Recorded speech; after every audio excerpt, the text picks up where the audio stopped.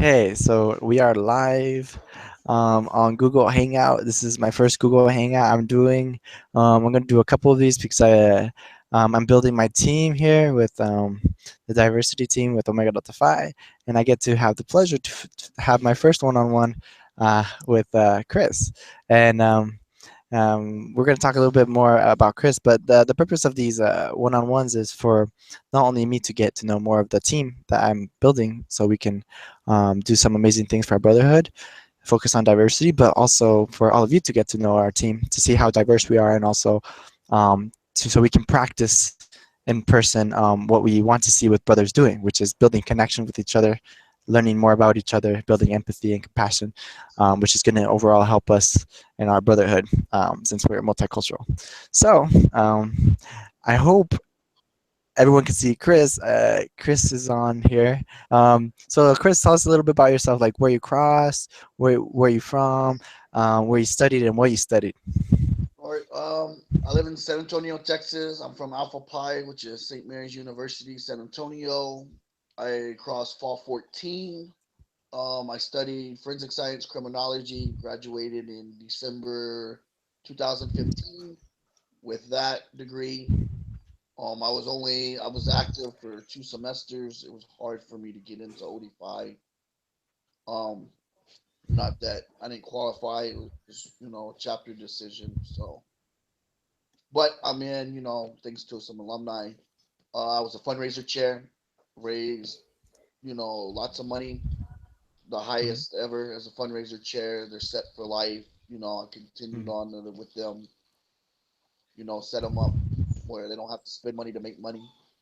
So that was mhm. something I left behind with my chapter, that I'll be remembered as, I guess you could say. Other than that, that's that's it as far as I crossed. My line number is 81. Nickname is Sir Pops. So Sir Pops. Almost 87, almost number 87, right? almost 87. That's funny. That's good. Um, and actually, Chris and I actually met in person, which is kind of hard Yeah, with the Utah. national fraternity, right? I Meeting actually every left single there. brother. Yep, I was on my road trip to go get my son for the summer and got stuck in Salt Lake City for a while. And yep, y'all brothers, y'all Utah brothers came through and helped a brother out. So yeah, it was nice. It was nice connecting and forever grateful. And it was really cool because one of um, the things that I didn't know is that you had your service dog with you, and Yes. I'm allergic to dogs, so at the time I was like, oh, okay. Oh yeah, yeah. I remember that. Yeah, I had to stay outside, but yeah, I mean, it's yeah. It's always accommodations around that. But and then I Yeah. met your So mom, right? yeah, I don't have I have short term memory, but yeah, I think we were at your house, your mom's house. yeah. Yeah, You playing got video we games had the downstairs. we, and we got to have the dog play outside in the backyard. Yeah, he enjoyed that from being cooped up on a bus. Yeah, he really enjoyed that. Yeah, so it's kind of nice to know the brothers in person because, like I said, being a national position, you get to travel a bit, but it's the best thing is when you can actually meet people in person and kind of get to know them that way. Right. My mom Yeah, was man. actually was. Mhm. That's just me as a person too. I have a big heart. So brothers come down here. My door is always open. You know, if I can't find something, I'll find it. Or I'll find a brother that has a connect. That's just me. That's who I am. Mm. So Yeah. And one of the things I was gonna say is that my mom was like, "Well, he's a brother. He's much older," and I was like, "Yeah, we're I multicultural." get that all the And time. so I was like, "Yeah." My mom got to see that multiculturalism in our brotherhood. Yeah. So Hold on one second. can Hold on one second. yeah. I'm on a video call doing an interview. Oh no, you can stay. I'm just letting you know. It's my neighbor, veteran buddy. He takes care of me. Uh, so one of the things we're going to talk about some cool stuff, and it's going to be happening for all the calls. Um, ask brothers to prepare pictures, but not every moment we get to take pictures of, right? Especially the really important moments. Right. So, but one of the things I wanted to have Chris share today was when have you felt that you had like the most hype during since you even since like the I guess it could be some from recruitment till even now, like when you felt the most hype. I guess the most hype I would say, I mean, I'm always hype at events like nationals. It was our first nationals here in San Antonio as I crossed, when I first crossed. So I was hyped then. Like I said, that's about the only time I've really been hyped. I mean, but I'm always hyped. Wherever I go, whatever I do, I stay hyped. I get other brothers, involved. I mean, yeah, I guess it could be. How can I say? I could be overhyped and not used to it. With certain brothers don't know how to handle it. But I mean, but that's me. I mean, I get the party started. Yeah, and I can vouch for Chris. Chris is a hype brother, so it's kind of hard to like pinpoint one time you're the most hype, right? Right. And wherever I go, I like to So the bring the next hype. question. If somebody's down, I'll try to, get them Mhm, as hype, get into it. So if mhm, you're around me, it's going to be a hype time, mhm. regardless. That's good. When have you felt the most gratitude for a certain brother, I would say my most gratitude, man, just for one brother in particular. or if there's like a moment where like I'm so grateful I have this brother? I guess, I guess it would be Richard from Delta. I mean, our sons are only like 3 days apart. If my man, he's always inviting me. He's the one that reaches out to me the most. Be Yeah. like, hey, I'm going here. You want to go, or we're going to go do this. You need a ride. Hey, because I can't drive anymore. So he's always there. He doesn't say. I mean, and he's hype. And he's always helping me out, no matter what it is. That's the one brother. Hey, Richard, I need some. Okay, yeah, I got you what you need. So I Mm, think that would be the one brother I could say that's been there through mostly everything. that's cool.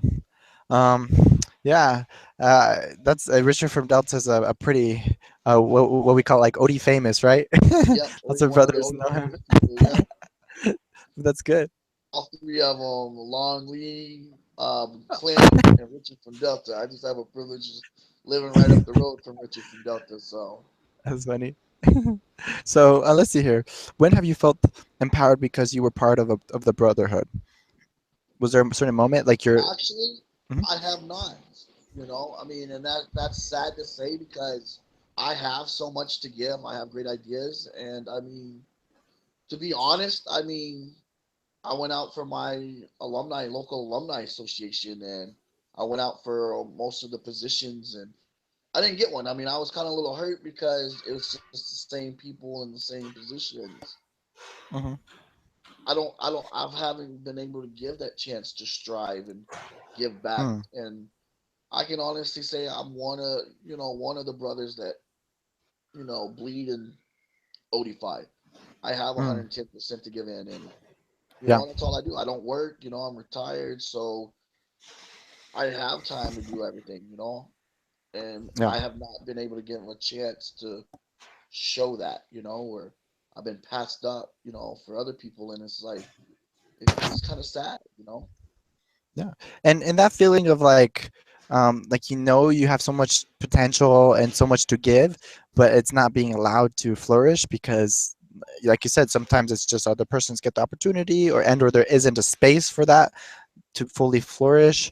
And I Like and mean, so, like I said, I don't right. know if it's because I only crossed in the fall, or I Mm, don't know. I haven't been a brother that long. I mean, I really don't know what it is. And then, like I said, I came to Tony with this idea, like, hey, this is what I want to do.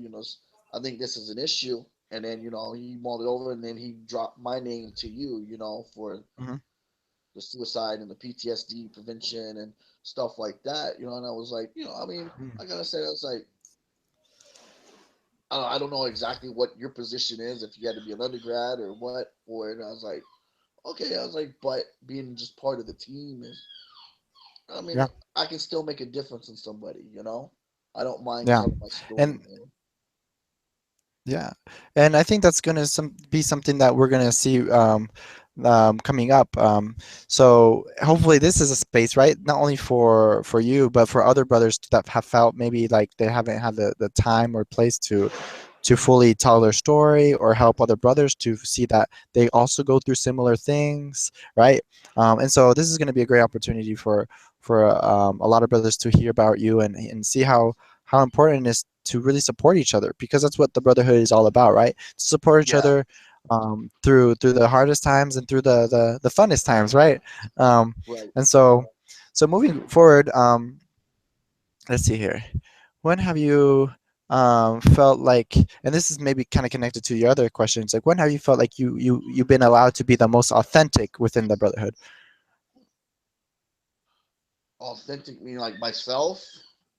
Yeah, yourself, and that includes all the identities you have, right? From everything, like you've been like your identities have been validated I think and I and guess with supported. like Beta Theta, I mean, which is Texas A&M University San Antonio, Tamusa. Hmm. Beta Theta was one of the newest chapters as well, but I fit in over there. I mean, most of them are much older. Like my PBs, see, I crossed all by myself, so I have nobody. I did it all by myself. Really didn't have a Me too. partner. Good job. I mean, but you know what it is. You don't have those line brothers like everybody else. Your PBs Yeah. are your other entities in your region. Yeah. So those are Hmm. the ones that I connect with, and the entity I connect with the most is, I'm always getting invited to all their events. I'm right there. Those brothers, even my PBs littles and stuff like that. I connect with more because I mean it's more of a veteran community, older community. There. Hmm. You know, until now it's a 4-year university, but still, I mean, I still connect with that entity the most. We go out and we have fun, and they'll be like, "Hey, we're having a party. Come through." I was like, "Okay, no problem." So I think that would be the entity that I connect with and can be myself. Hmm. No judgment. And if I need something, I can call them up, "Hey, BB." So I connect with them a lot. I think that would be the one. Tamusa, Beta That's Theta. good. That's good, and hopefully that, like, my job. I think my job, at least what I think connected, is trying to get every chapter, every entity to become a space where, yeah, you just go there and you feel like you can be yourself. Your best self, right? Um, you don't want people just going there and being their worst selves, right? We want people that to be their best Right. selves and be able to know that their identities are going to be supported and validated, but then also respected, right? And so that's one of the things that we want to start building, and hopefully every chapter in a colony and entity can learn how to do that, right? But it takes time and it takes practice, and it's going to take sometimes mistakes, but we have to learn how to forgive, right? So we can move Right. forward. So Exactly. so let's see here. If you keep hearing like lots of things falling, it's just they're putting tables away. So that's why I'm sorry. That's all good. Hey, um, I got planes fly over mine, so really. um, okay. So um, moving forward, let's see here. Think about at least 2 to 3 different identities that you have, and how you've seen those identities affect the culture at your local entity, or wherever you might go when it comes to the brotherhood. I really don't understand the question. Again. So to think of 2 to 3 identities you have that you've seen that affect the culture when brothers are around. What do you mean by identities? Identities. It could be like you being someone that identifies as a male and not transgendered, or that could be your religion. That could be anything. That could be you being a veteran.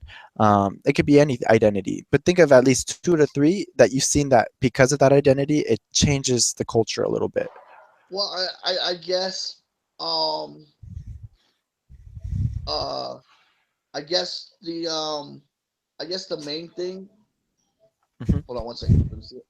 How long Hmm. is it?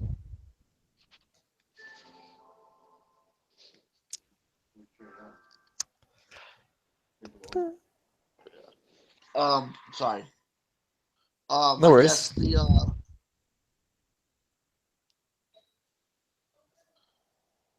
my age being Uh-huh. like, especially with my chapter, my age was a big factor because I was in the military and I came into college late, and they're looking at, well, why is this old creepy guy wanting to join the fraternity? And it's a bunch of, young guys. Mm.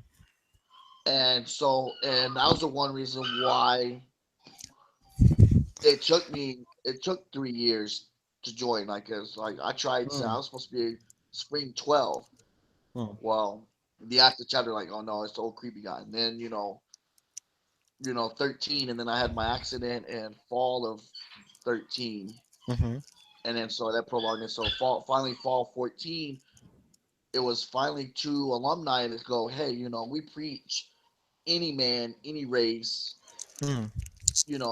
why don't you get this guy? And then to come to find out, we do an eternal brotherhood. We're like, hey, we were wrong. We didn't think you were fit. You're like one of the best brothers. Mm-hmm. You really gave 110%. I Mm. proved them wrong, Yeah. and that's everything that I do. Mm. I proved them wrong. Just because I'm old, I still have heart. Oh, shut the fuck up, boy.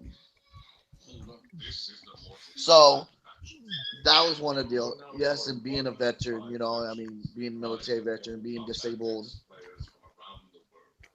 uh, it's oh, so that would be the Mm. second one, would be being a veteran. There's not a Mm. whole lot. I mean, OD5 is a brotherhood, so this is like my second brotherhood. So Mm-hmm. as a veteran, you miss out connecting with your brothers in the military. So, Mm-hmm. and me not having any family, it's just me and my son. This is the second brotherhood to me, that I can connect and I can go anywhere. Where in the military, brothers, yeah, you keep in contact, but like if I get stuck in Utah, there ain't no guarantee that Yeah. brothers gonna come through, but OD5 does. So, Mm. and my Cool. third identity, man, I don't know. Uh, I guess just me being me. I'm super hyper. I'm active. I'm loud. I'm obnoxious, and people just don't know how to handle that. I guess. I mean, I stay hype. I mean, I stay hype. I get excited and I just keep going, but some people don't know how to act to that. Mm-hmm. I just time because you never know when your last day is your last day, and I've Right. experienced that. Mm. I So have it to sounds live like you being an extrovert. You being an an extra. extrovert, someone that's like really outgoing, has like the energy. Like you said, Yep. loud. Though some brothers that I might not be extroverts might not know how to like Right. be around you, right? Pretty much.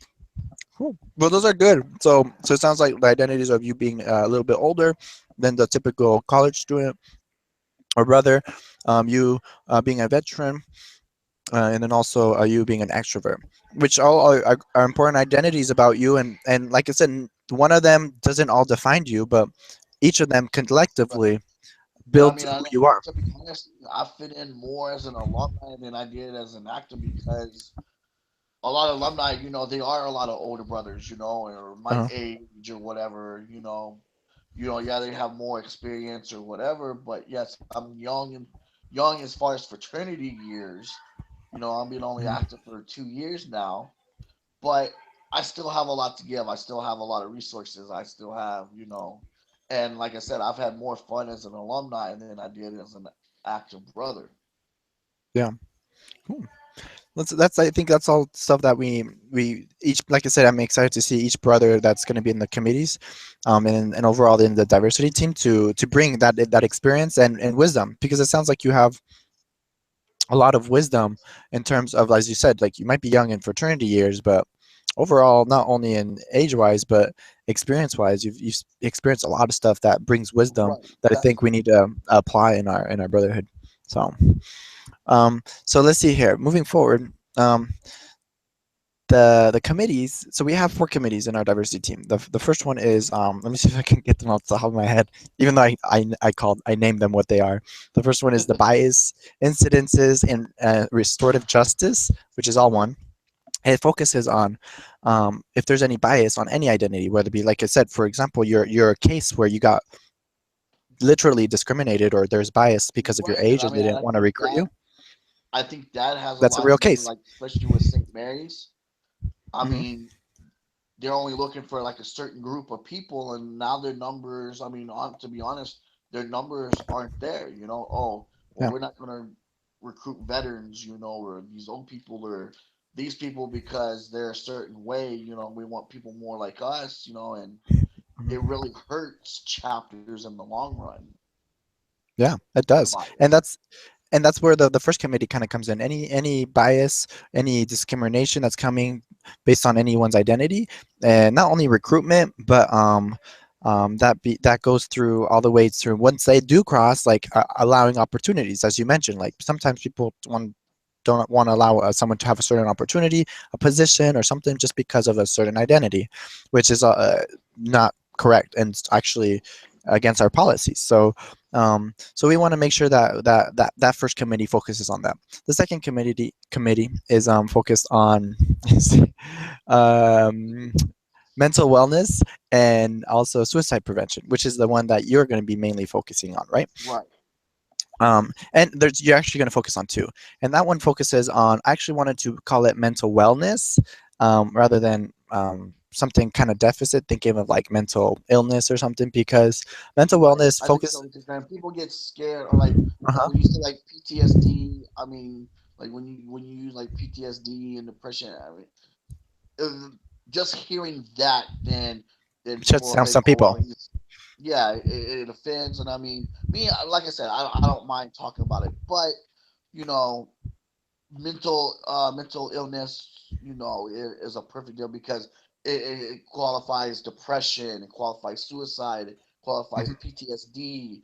I mean, with the Hmm. mental illness, yeah, there's all different, and everybody suffers from depression. Everybody has suicide thoughts. If you've never said, if you can sit there and say you've never had a suicide thought, you're lying. You Hmm. know, whether you Mm. act upon it, plan it out, or whatever, everybody's thought of it at least once in their life. Hmm. And And that's I mean, something I want to. That's why I called it wellness, because all of us should focus on the positive side of it's like all of us need to make exactly. sure emotionally, mentally, we're being well taken care of and we're healthy. And that other And build aspect that of the support suicide, system. right, building that support system, which ODFI should be, rather than something that's affecting it negatively, right? And that's why with suicide prevention, that's something we want to make sure we focus, because we have a since we're multicultural, we have brothers that have a bunch of different identities, and some of them are overall, research based, because of the way, not so much how our brothers might treat each other, but some other people, whether it be on campus or their families, how they're treated because of their And identities. and the biggest Mhm. one and the biggest factor is Facebook. Oh yeah. And I mean, and you see it all. Yeah, people, brothers might be joking or whatever, but me personally, sometimes I don't take that as jokes. I'm like Hmm. reaching out to get some help or whatever, and then you just trying to poke fun and you know think I'm bullshitting, but that's one main focus when it come nationals is I want to preach on or speak upon, not preach, but speak upon. Hey, look, these are the signs on Facebook that you need to look for. You might think it's a joke, but that person that Hmm. you're talking about does not think it's a joke. Yeah. You know, and I've gotten permission from a couple of brothers that posted stuff on there that I can use as examples or whatever. Yeah. So, and, I mean, and I think this is all good stuff that we're, it's, like I said, you're it's going to be on, outcry. right? And these are things that, since you're on that committee, you're going to be leading, and some of you're bringing up some good things about how people in our committee and some others brothers that we'll see and ask is, not only at conferences, whether that be regionals or nationals, but we'll have online content too, to make sure that we can support and educate some of our brothers on Right, these and issues, that's because on part of the contacts. My numbers, up there. Feel free to call me. because you know, I Hmm. mean, like I said, I had to check myself in the other night because I mean, I Right.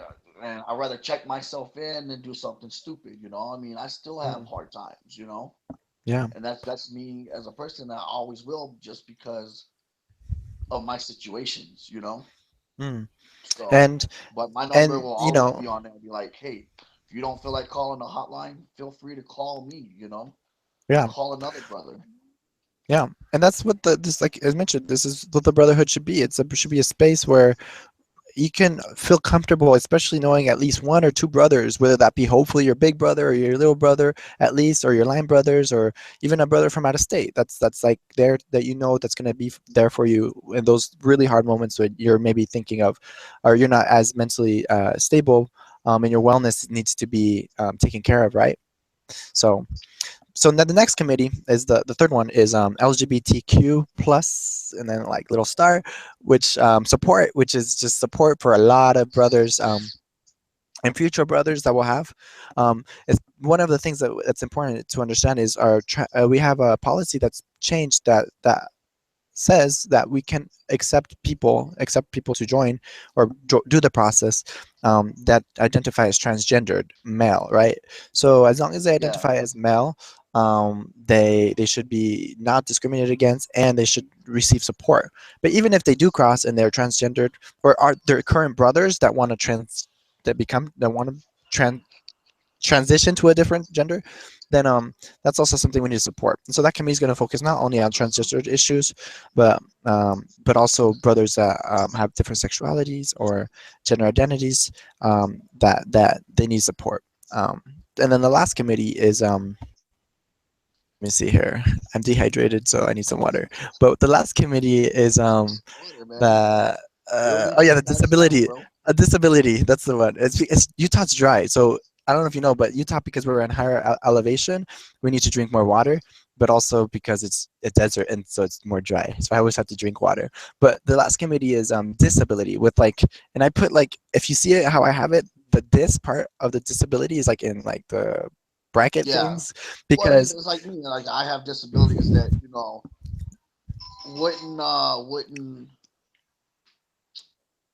it prohibit a certain, I guess, standard of, well, how can I put it, a process. hmm Like you know, everybody has their processes and you know different styles, and like mine, because of hmm my disabilities, there's certain things I couldn't do. So therefore, it ended up being almost like a paper process type thing, you know. right? So And we want to make sure that the rigor and our processes are still there, but it's still accessible for people that have disabilities or different abilities. and that's the other committee I'm on, Yep, correct? and that's the other one you're on.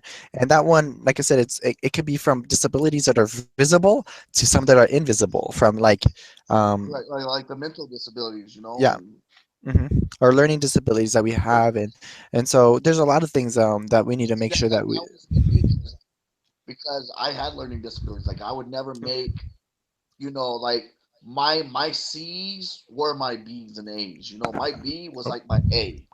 You know, Hmm. and I remember I had to send in special paperwork because my GPA would never be a 3.0, or you know, Mhm. if I went to a 2.5, I don't like my last semester I was a 2.4, but I had to send in special paperwork saying, hey, look, I am disabled. I have mental disabilities. I will never be a 3.0 or a Hmm. higher, you know, just it Right. was never happened. And I still caught flack for it at the time. Be like, oh, well, but I still graduated, you know? Hmm.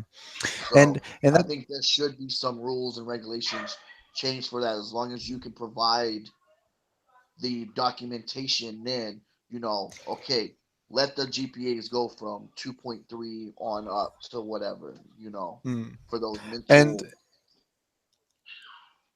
and I think especially with our not only that, but within all our committees, we're going to be looking through we'll be looking through all policies that we have currently to make sure that they're equitable, so that all brothers have the access and are able to be not only be in good standing, but that they can be leaders, right? We just don't want brothers to be in good standing and be active. We want them to be leaders. Hopefully we can see a Right, brother exactly. in some sort of national position in the future that has some sort of disability, right? That's something that should be that. Or we should have someone, a brother that's in, that has some other different identity that you otherwise would be like, oh, I never thought about it that way, right? So, so those are things the four committees, and Chris is in two of them, so it's pretty exciting. Um, to have him on two of those. And one of the things that moving forward overall with the committees is, um, like I said, we're not only going to see through policy, but we're going to make sure that there's education and trainings for all people, from the national to the regional officers, to then also chapter advisors who need to be well versed in Right. knowing how to support any active that I as a chapter advisor. love that part of your committee and do that. Reach out regionally. If I have to travel, hell, let me travel. Let me reach out Mhm. other than Texas and stuff like that. That's what I wanted. That's my drive. Let me Mm. help out the best way I know how to. Don't just. Yeah. I want to give 110%, and that's and when I joined the fraternity, that was the deal. What can I do? What fraternity can I join that will let me Mm. give back past graduation? Oh I yeah. don't want it to be just a 4 year deal. Letterware is what we call it. Yeah. How else can I give back after I'm done, or be a part of the Mm. fraternity after I'm done? And OD5 was it. I'm like Mm. regional board. Yeah, I'm an assistant to Richard, but really not much there. Yeah, and that's So something, like you said, it's going to be really cool to see how we do this, since we're technically the first. Well, I'm technically the first solution. diversity director of diversity, and we're trying to see how we do this. And since I have some experience in Yes. leading some of the different offices and things, whether it be on campus or even in other organizations nationally, I know how to. At least I have a certain vision that's really aligned with our values and our mission. Um, so before we close up, were there any questions you had personally, or even whether it be about me, whether about be about the committees or the team overall? Do you know how? I mean, my question is, like I said, I was always curious how Mhm. you got appointed to lead this group. I guess. I mean, So are you asking are you going to be leading? no, no, no, no. I'm asking, how did you become, I guess, the president Or of, or the or director of the diversity? yeah, the director? I mean, how does How somebody did that pass it? ask you So if you wanted to do it? yeah, so the process, that's a good question actually. I imagine some of my brothers are too. They're like, how did that position even exist or be created, right? So Well, I know the Tony process that created it, but how did yeah, he pick you or think pick me. you? I Mhm. mean, not like Yeah, it's I'm not no, that's jealous. good. Or No, that's a good it's just question for curious. the future, right? For like anyone that's interested in not only my position but all positions, like Right, nationally, exactly. like what is the process of someone gets chosen? So let's see if I can like kind of explain it visually. So there's president, right? And then there's like the undergrad stuff. And under president Tony, there's vice presidents, right? And then there's Vice President Ruben Hernandez, who's the Vice President of Leadership and Development. And under him is a branch of like the Department of Leadership and Development, which includes like membership development, like colonies, academics, some other stuff I forget. But I used to be under that branch, and Also, you already had a position, so yeah, therefore, yeah, yeah. I used to be under the other Ruben, who used to be the director of membership development, Ruben Moody, and he had a committee slash thing about diversity. But then we realized we need, well, Tony specifically was like, we need to make sure that space about diversity isn't just under a committee under membership development. It should be its own standing like kind of team, where then they can make a their like committees, right? So then he pretty much kind of like promoted me to become the director okay, under because you were Vice already on the President board Ruben. already. Yeah, I yeah, mean, like I said, like I presented the idea to Tony, and then all yeah, of a sudden you're like leading it. I mean, which doesn't matter to me. yeah. I was So just wondering how so that so came. yeah, and I'm not leading the committee specifically for the mental wellness and suicide prevention, right? So I'm the director of all of those committees, all four of Oh, them. you are. Yeah. But So I want who's leading people, that one? and so that one, yeah, that's why I was building the team. So then, based on who's in there, whoever wants to step up, then they can become like the main leader. Who then I kind of help coordinate with all four of the committees, like what we need to do Okay. nationally. So like, So would I be like the main leader for the mental yeah, wellness then?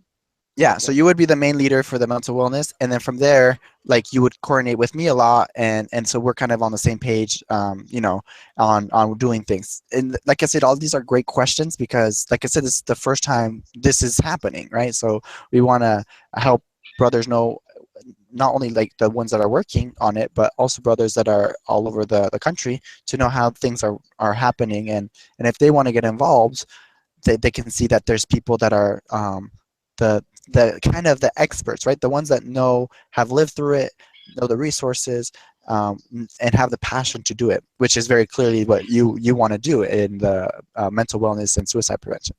So Gotcha. yeah, but that's a great question. Do you have another question?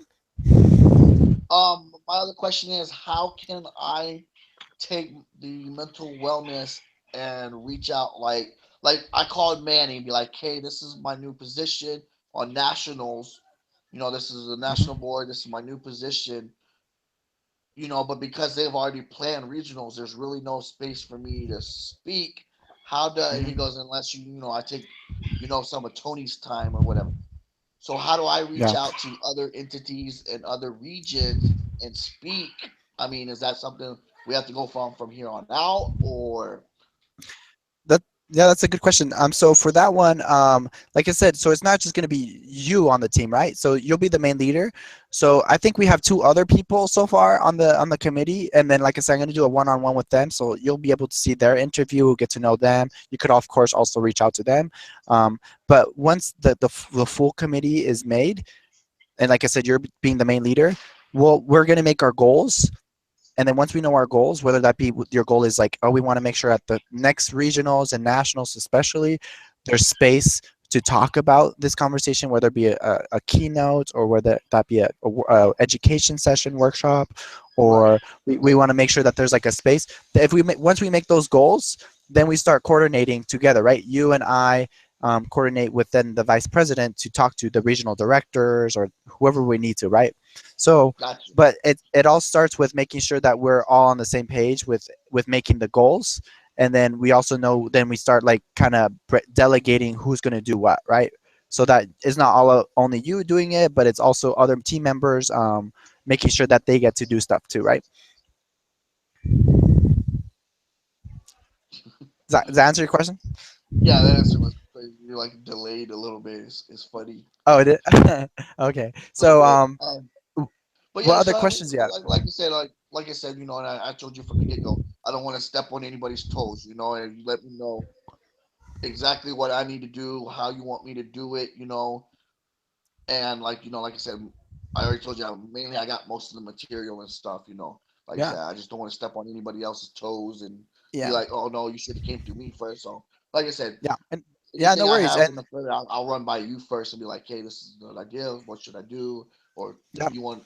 I'll let you go ahead and reach out to him and be like, hey, you need to coordinate with Chris, and set up a time or something mhm, like that. So that yeah, way I know and I'm not stepping on anybody's toes. yeah, and then one of the things I'll be doing is for my next steps, right? Is once I finish doing the one-on-ones, that's kind of like the way to become a committee member or to be involved. And so I just want to make sure I do the one-on-ones with every person. And so once all the people in your committee or like this committee for the mental wellness and suicide prevention are done with my one-on-ones, I'm going to coordinate all of you in an email, and we'll be okay. Let's do a conference call together, and from there on, we'll make those Gotcha. goals, and then we can move forward, right? So There you go. Because so yeah, that's what we'll be Like doing. I do better like this, like as a conference call or versus emails, and 'cause then you get to see Yeah, who's saying what and whose idea yeah, it was. And I mean, yeah, whether it's once a week, once a month, or something, I think that's a great idea. yeah. Or And then better, yeah, it'd based be on the better that way, more yeah, and hands based on the on. team. Yeah, based on the team who's on it and their time schedule, yeah, for sure we'll do it at least once a month. But depending if we need to do more, and especially if we're getting closer to a certain event, like we can meet Like more. So, especially like nationals or whatever, make sure it's hmm all because that's yep, the main one I want to focus on right now because that's when hmm most people are going to come together. yep, hmm Being so that's the one I'm mainly focused on, just to put it out there, be like, make sure my presentation's all right, add yep, everybody's stuff into it, not leaving. So I think that would be the main one to focus on mainly. So yep, and then and we have a could do little bit that. more meetings closer time it gets. Mm. So And yeah, and so to wrap this up is like I said, it's been so really fun to do the one-on-one, especially since you were the first one, um, and right. um, Yes. and especially like we were trying to figure things out. We were trying to figure out how to do this live and record it. Hopefully, when we end this, it worked. So if it didn't, that's Well, we'll let have me to know if we figure have it to out. redo it. I don't know if we'll do it, but well, we're for sure try to have the notes or something.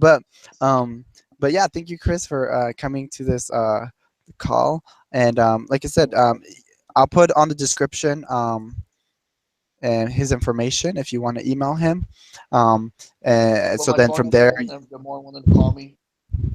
yeah. So And call me, so text me. yeah, yeah, I'll put it. I'll probably just put your email just because it's going to be online, and just then people can email you, and then you can give them their your the other contact info, right?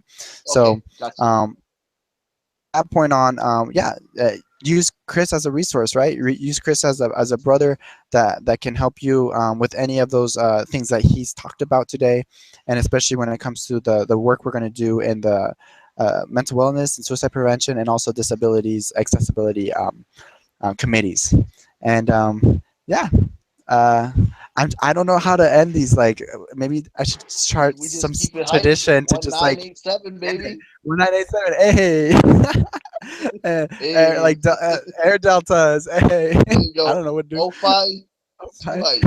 Too high, right? Okay. Well, thank you, Chris, and we'll be talking later. Okay. All right, sounds good. Stay hype, bro. Say hi. Ciao.